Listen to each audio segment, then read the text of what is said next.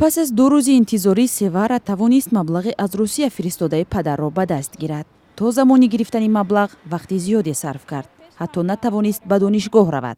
خط تا من 13 تا آدم بود. بعد من 68 بودم. این دیدم درس ماندم. ای پشتمی پولگیری. در برابر سیوارا پدر هم در روسیه سرگردان بود. او راههای آسان انتقال مبلغ به دخترش را جست.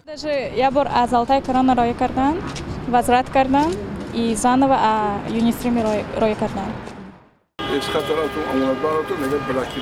این ساکن پایتخت حیران مانده است پول طبابت نبیره بیمارش را چی طور پرداخت کند. اونجا چی گفتم؟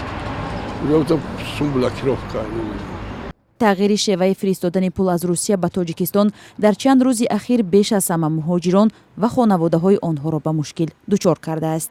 ساکنان میگویند پول‌های فرستاده به واسطه نظام‌های فعال در تاجیکستان را نیز گرفتن نمی‌توانند یا به سختی می‌گیرند. 3 روز شد اومدیم نمیشه گفتیم خیر. کودک مایده که داشتیم دیگه نیومدیم.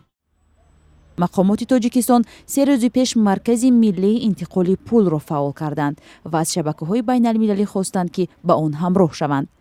تا این دم نظام‌های یونیستریم و کانتاکت به آنها پیوستند و با هدف جلب مشتریان یونیستریم شروع از 6 دکبر حق خدمت‌رسانی را از 1.5% تا حدوداً 1% پایین فرآورد. معمولاً 80% مهاجران مبلغ‌های خود را طریق زلاتای کرونا می‌فرستادند. بسیاری‌ها پیشنهاد دارند که بانک ملی تصمیم خود را بازنگری کند و انتقال پول را به مجرای پیشینه‌اش برگرداند.